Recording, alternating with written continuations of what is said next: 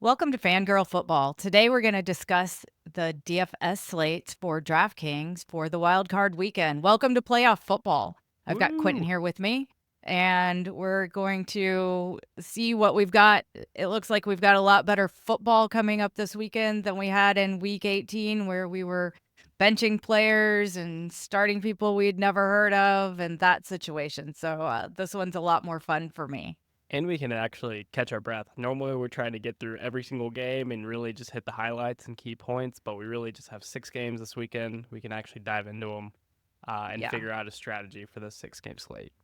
We do. So the 6 games that are out there, DraftKings is giving us a variety of options on how we want to play those. So you can play a slate with the 2 games on Saturday, the 3 games on Sunday, all 6 games, which is what we're going to focus on today. You can even do the primetime games. So you can do a Sunday night, Monday night game as well if you've had kind of a rough weekend and you get to Sunday night and you need something to stay engaged with, you could put together a lineup for that. So we're going to go through all the games and see what we like and maybe talk a little bit about some of those smaller slate strategies as well. Since everyone's good, do we need to stack in this situation if we're doing all 6 games? Curiously enough, too, we have a lot of running quarterbacks. So that kind of makes it more likely that we're going to have just a quarterback alone that's valuable. It happens a lot with Lamar and Allen and even Daniels when you just have that quarterback that's getting it done on the run. And maybe they get 1 or 2 rushing touchdowns and they just soak up those fantasy points. And there really isn't that standout receiver option for that team. So there's definitely strategies and kind of ways to get weird with going alone with your quarterback. I think if you're going a traditional kind of pocket quarterback like Stafford, then you will be looking at some options. And same thing with Baker. We'll dive into, we have a lot of flexibility on the plays. We don't really have enough bad defenses. Kind of wish we had a little bit more of those, but these teams are a lot better. We got some really good stars to talk about, and it's just the decision point of what stars do we want to pay up for and who are those value options that we can fit in to slot them in. Exactly. We're going to have to really look for those value options because when I played with doing these lineups, it was very difficult to pay for quality players and fit everyone in under the salary cap. Another point on the wild card round games, looking back for last year for a little bit of reference and context, project into the games that we're going to see, because I think it will be similar this year, is that this is the separating round between the talented teams and the teams that snuck into the playoffs. Last year, there was only one game where the two teams were within 14 points of each other. The rest of them were all 3 possession games or right at that 14-point marker. We only had 3 hit the over as well. So lower scoring games, those defenses travel, those defenses show up to play. They're going to rely on the running game a little bit more in the playoffs to try to secure those important wins. Also to note, Yeah. there was only one team, the Packers over Dallas, that was a road team that ended up winning last year. So we're going to see a lot more concentrated targets and rushing attempts for the team's best players. You know, if they've been resting them, this is what they've been playing all year for. Winner go home style, so kind of makes the stars a lot more appetizing. It definitely does. One of the theories that I usually play with is basically if you didn't hit 30 fantasy points in a week the whole season, you're probably not going to start now. So I have kind of a short list of players. I mean, some of them are obvious with Saquon Barkley and Derrick Henry, and Josh Allen, we can get all of those. But a couple of the ones that stood out on the list of players that did hit that mark that could hit it again that were kind of bargains are James Cook. He hit it twice. He was over 30 points and he's only 6,700. He's a running back on a team that's a heavy favorite and he's at home. So I like that for my running backs at 6,700. He's definitely one that I'm looking at that may be able to save me some money. Another one is Jordan Addison. He's hit that mark as well. He's only 6,100. And then there's Jaden Reed. And so we'll have to talk about the Packers wide receivers in that game when we get to it. But Reed's only 5,500. So those are some of the bargains that I think I have on my list just because they've proven that they can hit that ceiling.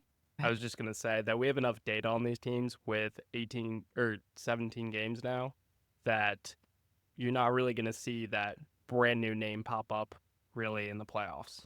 It's guys that Exactly. will get it done for these teams. Yeah. So these are the ones that have been getting it done.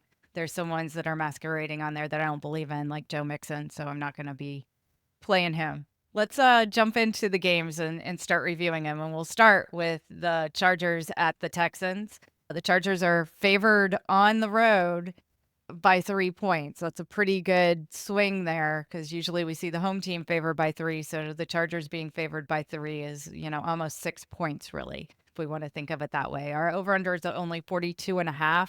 One of the things that I'm struggling with in all of these games is just not picking the favorite. I think the only one that I consider the other side is probably Washington and Tampa Bay, but it's really hard to not just buy into that Vegas has all these games right. Yeah. And I mean, that's what we saw last week. That's kind of what the wild card round is known for. So I'm with you. I like the Chargers in the spot. Were you even on the fence for the Texans or not really giving them much hope? No one believes in the Texans. Absolutely no one, I think, believes in the Texans. I don't even know that Texans fans believe in the Texans going into these playoffs. It's hard coming out of that AFC South and calling yourself, a division winner and walking into the playoffs for winning the AFC South. I kind of want to like Stroud. I think I'm just living in last year's playoffs in 2023, and I want to see that CJ Stroud can have his big game and Nico Collins can as well. But Stroud would have to have 25 points to pay off the 5,500, and he hasn't had over 20 points since week 5. So while I want to buy into it, I don't think that that's probably realistic. I do like the Chargers. I think they definitely have the better coaching staff with Jim Harbaugh, and he's really put this team together this year, and he's made Justin Herbert look amazing. Yeah, even though these are both 10-win teams, very different feelings about these two teams, about how they got to those 10 wins. The Chargers have been a lot more impressive, and they have the number 1 overall scoring defense on the season. So I do not think this is going to be the game that Stroud turns it around. I am really interested. We're looking for those value plays, and the Chargers have some interesting options. So you got Disley for tight end, but I mainly want to talk about Quentin Johnston just because he's always been this kind of athletic deep threat who's struggled with drops. But last week we saw 14 targets and he had 13 receptions on those 14 targets. So that was amazing. He had, I believe it was 186 yards and no touchdowns. So he even had rooms to make that day even better. And his price is down at 4.8K. So he's not going to get those 14 targets again. But even if he gets 8, he is an explosive receiver. There's an easy route for him to pay off that price below 5K. It's kind of amazing how he's been turned around. I think at the beginning of the season, everyone was ready to think that he was cuttable and that the Chargers wouldn't end the season with him. And now he's catching most of his targets, which is kind of amazing. I have the problem that I go with that theory that everything goes back to average, and he hit that big one last week. Average would be that somebody else is going to be that go-to person, that it's going to be Ladd McConkey or somebody else besides Quentin Johnston. But at that cheap price, if he got his 8 targets, then he would pay off. Do you think they're going to need to do anything? I'm not sure that they need to do a whole lot to beat the Texans. Both of these defenses are really good, so I don't think it's ever going to be a true blowout in this one. I think it's going to be a lower scoring game. If you're a fan of either of these two teams, like even if you get down 10 points, like you're going to be involved. But both of these teams want to rely on their defense. They want to rely on that rushing attack. And this game's just going to end quicker. And then I'm going to rely on who I think the better quarterback coach combo is and think that the Chargers get it done. So this isn't my favorite fantasy game. I think Quentin Johnston's good for cheaper play, but mostly avoiding this game. All right. He does have a Q tag right now on him, so it is something to follow up on later in the week to make sure that he does play. The whole Chargers team is kind of banged up, so we have J.K. Dobbins that's also got the questionable tag, as well as Gus Edwards, who's trying to come back off of IR. And then Joshua Palmer looks like the one that is most likely not to play. He's not practicing. If Palmer is out, that does elevate Quentin Johnston even more, I feel like. Yeah, absolutely. All right, let's move on to Pittsburgh at Baltimore, our other Saturday night game. And Baltimore is favored by 10. Over under is 43.5. Pittsburgh this year feels like Philadelphia last year, where they're just having their meltdown. They had their December meltdown, and we can't even rely on them for much going into this game, I feel like. And Yeah, I think a Baltimore's on the lot of it opposite. coincided with Pickence's injury. It was already a weak wide receiver room, and then you lose your number one. There really just isn't too many options. Fryermuth has kind of been the number one target with Pickens gone, but that's just not going to get it done for offense in the playoffs. 10 points is a lot, especially for a divisional game, but I do like Baltimore to cover still. Their defense has really been impressing lately, shutting everyone down. We were kind of targeting to play against Baltimore at the beginning of the season, but they've stepped up recently. In the last 5 games, they've been awesome. I'm looking at Andrews here. I really like both tight ends for the Ravens. They actually both scored last time they played Pittsburgh, both him and Likely. And Andrews has the 4.7 price tag. He's more expensive for a tight end, but Likely's down at 3.2 if you need a save at the tight end spot. Yeah, it's kind of amazing that Mark Andrews is the most expensive tight end and he's still only 4.7. I think in other pricing at times we've seen tight ends, running over 7,000 and Yeah. not in this slate. So he's still a bargain at the 4.7, but to afford some of the other running backs, you may need to save even more. How can you not love Derrick Henry at home, heavy favorite? This game should be a blowout for him, and he should just get to run the ball. And it feels like why they brought him in. This is a team that's had so much success in the regular seasons the past 3 years and has just not gotten it done in the playoffs. And last year they were the 1 seed, didn't get it done. And in the offseason, they go and target to go get Derrick Henry. And I just think they would love to take over that game and just crush a divisional opponent with the spotlight at home as heavy favorites. So I do like paying up for Derrick Henry at 8.2 thousand. I'm with you. I agree that I think the Ravens are just going to make a statement on Saturday night. So, as always, we love Lamar Jackson, but we can't afford both Lamar and Derrick Henry. So, we've got to pick one. What do you think about Zay Flowers most likely going to miss this game? Yeah, that's what I'm thinking right now. I don't think he plays or suits up. He's not practicing at all. It kind of does open the door for Bateman, but I think it makes me feel confident about the tight end plays. Likely and Andrews are key parts of that offense, and really I think they get that bump more than the receiving options do, but it makes Bateman longer for better odds for like a long touchdown. He's kind of stepped up in that role, but I think it kind of just boosts what we already talked about with them leaning on Henry and the tight ends. I think Tylan Wallace is an interesting play at 3.1 as well. He had a big game earlier this year, and I believe Flowers was out of that game as well. He's just a dart throw at 3.1. If you're trying to save some money, I think it's a good option. Anyone on the Steelers that you'd even consider? Honestly, no. I think Even in a Baltimore, 2-game slate. maybe in a 2 game slate, you can get weird. Go back to Calvin Austin. You definitely want to monitor the George Pickens injury. I think Pickens will probably be out there playing, but he's still just been hobbled even when he was out there last game. I like Fryermuth too, but not playing two tight ends. Maybe in a 2 game slate, you can get away with that, especially because both these Saturday games project to be kind of lower scoring options. But other than that, I would prefer Warren over Najee as a pass catching option. He's going to be out on the field a lot more if they're trying to come back and spark that. Let's go to Denver at Buffalo. Buffalo's favored by 9, and the over-under is 47. This is a game that I love. I don't think you love it as much as I love it, but I can see the Broncos playing from behind and Bo Nix getting to throw the ball a lot, which he can do. I don't think I've bought into the Bills' defense is probably where I am.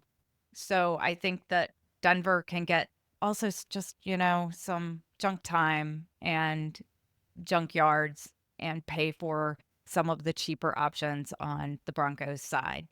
I do love James Cook. The question I have, so last week we saw Ray Davis play 52% of the snaps and Cook only played 22% of the snaps. Were the Bills just resting Cook? I think it was a lot of just rest. Allen only played one snap, and then he came out. So I think, honestly, it's even better side that Cook only played 22% because they recognize he's such a key part of their offense and a key part to having success later in these playoffs. So I do like him as an option. Really, my decision point here, where Buffalo and the Ravens are kind of images of each other. I think you have angry teams trying to prove themselves that have had all the success, and you can't pay for both the quarterback and the running back. I think Allen is very tempting. He had a great wild card weekend last year, but Cook is a fun leverage play because it's really just going to be a toss up of who gets those rushing touchdowns. Either Allen or Cook are going to end up being a smash play. There's other quarterback options that I like. Paying up for Allen hasn't really worked in a lot of builds, so I've been dropping Yeah. down and getting Cook. Yeah. I like playing Cook. He's a bargain in this spot. So for Denver, are you really just looking at the main two pieces? Are you looking for the Nick Sutton stack? Anything else as kind of tempting options? Marvin Mims has been getting a little bit more involved, but Mims is definitely tempting. He's a lot cheaper than Sutton, so I could, yeah, definitely do Mims. Obviously, you're not going to do any of the running backs over there. I just love the pass catching options and Bo Nix. And Bo Nix runs the ball as well, yeah, I think and he Mims, could be scrambling a lot. they've been using him as a rushing too. It's like that's definitely the weakness of this Buffalo defense is rushing, but they don't have a good running attack. So if they're a little bit creative on getting Mims involved, he could even have a great day on limited snaps like he's done the past couple weeks. Yeah, I like the Mims. I like Bo Nix. I can definitely buy into this game. It's one that's more fun. And James Cook and Derrick Henry are probably my two favorite running backs just because they're such heavy favorites, and I buy into them being those heavy favorites. I do think that you can take a shot on a Buffalo receiver here. I'm not really scared, even though Denver's a great passing defense. Denver's a great passing defense just because they have one of the best quarterbacks in the game with Surtain. But this Buffalo team doesn't have a clear one. You know, Surtain's not going to line up against the same receiver every single time. He's not going to be asked to shadow someone because Buffalo really doesn't have that guy. I wouldn't really be scared off from the Denver defense. I think it's actually a pretty good matchup for kind of those secondary options for Buffalo. I just don't want to make that call. I mean, I would have to go with Shakir if I was going to make that call because he kind of is the go-to guy. Keon Coleman has not looked good since he came back from the injury, and Amari Cooper has been dealing with a personal issue, and I don't even know that he's going to play. Yeah. I mean, their dart throws. I just always find myself of like, oh, I've got a little bit less than 4,000. What's a player that I can slot in? Oh, there's Mac Hollins. Josh Allen's probably going to throw 2 to 3 touchdowns. Maybe one goes to Mac. That's true.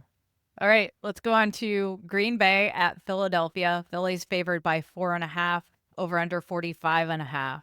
This one, Green Bay's kind of banged up going into this. They lost Christian Watson last week with a torn ACL, and Jordan Love is even questionable with a hand injury.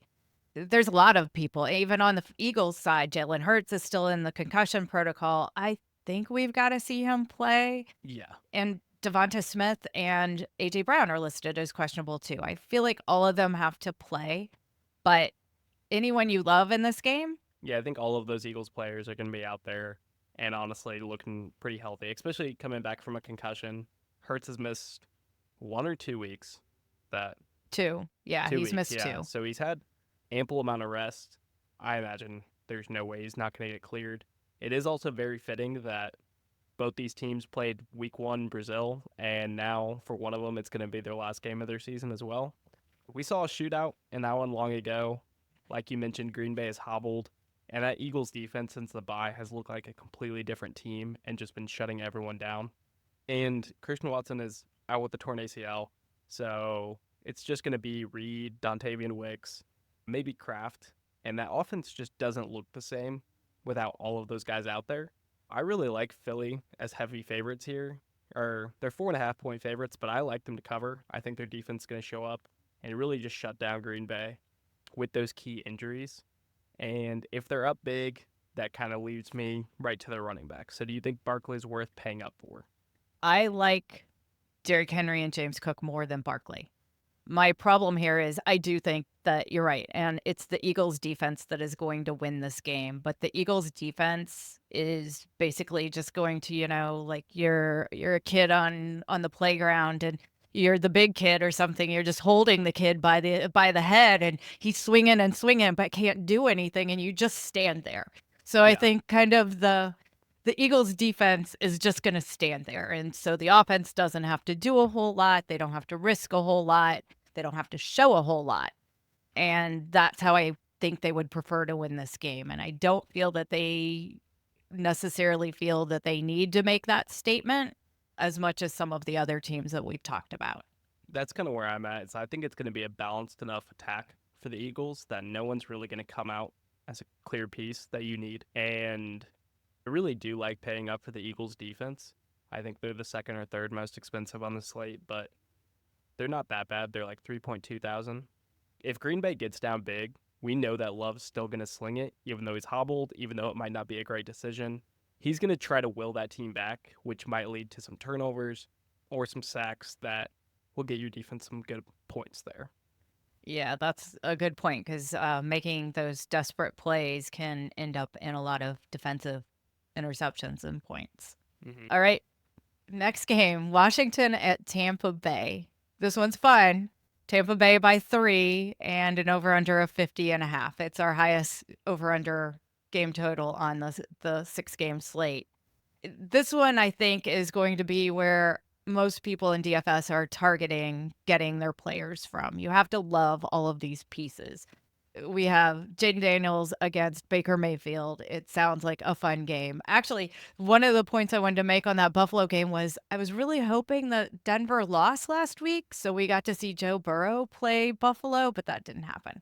So this one's going to have to do instead. This one's kind of up there as well.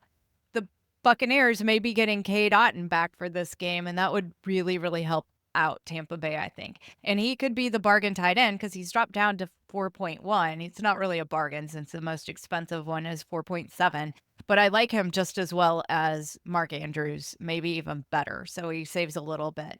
And the coach, Todd Bowles, has said he's trending in the right direction to play on Sunday. How do you feel about this one? I think a lot of the decisions on the slate come down to if you believe this is the game to have. I don't think I'm in it as much. I think that it's going to be a good game and Tampa Bay comes out on top. I just think Washington's done amazing with the roster they have, but the experience is going to win out in the playoffs, especially at home. But I think this game is a fun matchup because we've talked about some great defenses here, and these are two of our weaker defenses on the slate. So you can throw on the Bucks, you can run on Washington, and even those outside wide receivers like Mike Evans have excelled against those corners for Washington. And an interesting note too is that you have Marshawn Lattimore against Mike Evans. Those two go way back. They were division opponents for years and years and actually have both been ejected in multiple games against one another. And Lattimore's kind of had Evans' number in the past, but Lattimore's kind of getting up there. He might not be the same quarterback he used to be. I think that'll be a fun matchup, I but definitely think it's fun. yeah. Yeah. My play for this is really just Bucky Irving. He's sitting at 7K. He's kind of that next tier, so you're not having to pay those Saquon or Derrick Henry prices, but he's just looked great all season. And I think when it's time to win games in the playoffs, you lean on those running backs, you lean on that talent, and you can run on this Washington. You can. And it's just going to come down to are we just seeing them go back and forth, you get a touchdown, you get a touchdown, and we just constantly go back and forth with no defense, I feel like. I don't like Bucky at 7K. That one's a little bit surprising. He's getting up there, so I need him to hit almost that 30 points, and I think he's only done it once this year, maybe. I was a little surprised at how he hadn't hit it more often because we've been thinking about a lot of Bucky Irving in DFS. but I think he's been cheaper, and now he's kind of creeping up there where I'm like, I don't know that I want to pay that much for you. Yeah. But against the Commanders, you might need to. I do think this is a fun game. I'll build multiple lineups, and I will have a lineup around this game for sure. This one's fun. I like McLaurin. I mean, he's just that clear number one wide receiver for Washington, and this is an awful Bucks defense who's given it up to every single team they've played. I don't mind paying the 6.5 price tag. They've been giving up 23 points over the last 5. All right. Last game, Monday night, Minnesota at the Rams. Minnesota's favored by 1.5 and the over-under is 47. This is not my favorite game, but I do feel like the Rams give up a lot of points. I think that in my head, the Rams have a good defense, and then when I look at it on paper, they've given up a ton to other offenses. What do you think of this game? I love this game. This is one of my favorite. This is probably my favorite game of the slate, and I think it's a good way to get different if a lot of people are going on the Tampa Bay Washington, mostly because we've seen the Rams excel in these games before. If we think back to their game with Buffalo, where they had that crazy shootout and ended up winning, this is the recipe for great fantasy days for the Rams. They need to have against a bad defense. Minnesota is a really poor passing defense. They're a good running defense. They need a team that can keep pace. We know how explosive the Vikings are, and they're going to be in the Dome in LA. I think with all of those 3 checked, I really like going heavy on this game, and I think it's a very clean stack. Stafford's the cheapest quarterback on the slate. He's 5.7 thousand, so you can kind of afford those other pay-up options if you want to go with the elite receivers in Puka Nacua and JJ, who are 7.6 and 8.1 respectively. It's interesting with Stafford being so low. I do like Stafford in this matchup, although I'm a little concerned over the Vikings defense. I'm a little more on the Vikings offense because they did get held so low last week against the Lions. And so back to that average thing, they are due a big game, I feel like. And the Rams could definitely be the ones to give that up. So I'm a little bit more on the Vikings side than I am necessarily on the Rams side, but we can see how it works because I don't know what Sam Darnold is priced at. I agree. Sam Darnold is a little bit more expensive. I think he's 6.5, almost like $1,000 difference between the two. I really do like those secondary options. Cooper Kupp, I mean, is still going to draw that attention, so I don't really know if I can justify his price point. But if you want to drop down to Demarcus Robinson, he's a fun punt play. Had some multi-touchdown games when all 3 of Nacua, Kupp, and Robinson are playing together. He's sitting down very cheap. I agree. I think have to pay up for. He's coming off some rest, but I don't really think I don't like him at that spot. I don't like Kyren. He is not at 7.4. He is not my favorite running back here to slot into the 6-game slate. Projecting well, and I don't really know why. I think a lot of people saw that Gibbs 4 touchdown, and that's kind of the fresh thing in everyone's mind. But Minnesota has been a great rushing defense all year long, and just because the Lions were able to get it done, I don't think Kyren is going to have a great day here. I don't think he will either. He's been extremely inefficient. The only thing that I feel like gives him a little bit of boost is Blake Corum, the one that was stealing touches from him, is out. So he's not going to be in a true share anymore, which we were starting to see more and more of. So it is going to be all Kyren Williams, but I still don't like him at 7.4. All right, let's see what we can build in this 6-game lineup. Should we start with what I think we may have agreed on, which may have been running backs? Yeah, let's spell that out. Who's your favorite? Do you like Barkley or Henry? You're going to have one.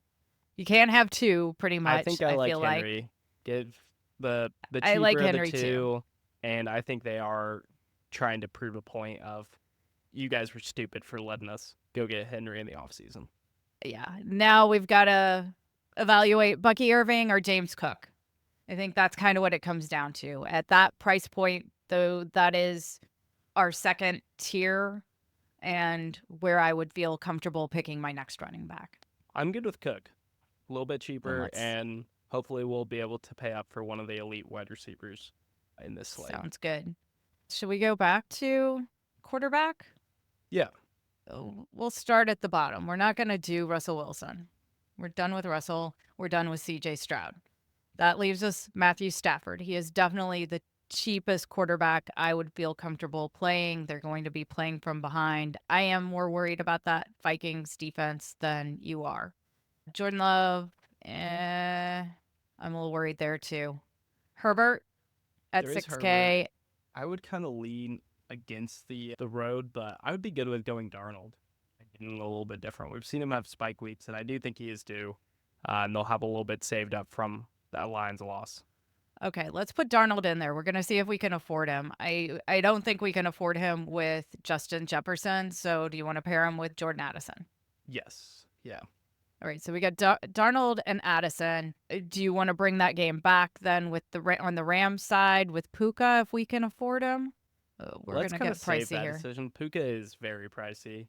We could go with one of the tight ends as like a bring back. So, well, as for like a stacking option, Hawkinson is 4.2, or I would say going with one of the Ravens tight ends. What's your lean there? I have other tight ends that I'm comfortable paying down for than likely. Okay. Actually, Dalton Schultz is on my list because I do feel like, I mean, they're going to do something in Houston and they'll be dumping it off because they don't have a lot of other options. And I think CJ Stroud's going to be under pressure. So we've been seeing Dalton Schultz get used a lot more in that game. So at 3,600, he's probably my favorite tight end. I can definitely go to Hawkinson at 4,200. I don't I'm mind good Kate with Otten Schultz. either. Have just a piece from that game. Get away from Nico. I think he's a good piece, and he's especially at 3,600. I think he's a fine play there. So now I say I kind of want to lock in the Eagles defense at 3.3. I'm fine paying up for that. I think they're going to have a great game at home. I'm with you. Eagles defense. So we still have an average of 5,200 a player left. We need 2 wide receivers and a flex.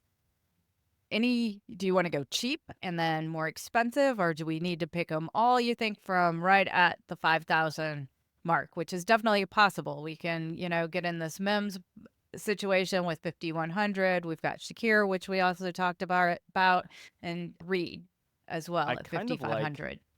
creating like a mini stack and some mini correlation in that Tampa Bay Washington game, but maybe going away from Mike Evans and saying McMillan's getting it done. He's been scoring at an insane rate recently, and he's getting more involved in that offense, and then having McLaurin as the clear number one on that side. All right, McMillan, and then McLaurin, where are you? Oh, he's up here at 6,500. That's going to cost us 3,900. 3,900. We might have to move some things around. This is the classic Mac Hollins territory for me, but I Yeah, do this like is our some. cheap players. So I think we're down to, we're definitely looking at a wide receiver here because we're not going to do 2 tight ends. And we had some come up. We had, with Zay Flowers out, we definitely have some Baltimore options that are going to be cheap on this list that we could put in here. And we can go up a little bit more though. Let's go up and see who we can afford. Yeah, we've got Mac Hollins at 3,800. You have Mechie, but we've already got a piece of Houston, and I really don't want 2 pieces there. You do Anyone have jumping out? Naylor too. That's kind of been that third wide receiver, but it's really hard to imagine that doesn't do anything. Yeah, So you've got Brown for Washington, De'Ami Brown, Aguilar for Baltimore. We can go down a little bit more, but yeah. Anyone? I'm kind of thinking We can't we get to Robinson for the Rams, which maybe is we what switch I'd it, like to and do. instead of Darnold, we put in Stafford. With that extra savings, we can probably get a wide receiver that we like.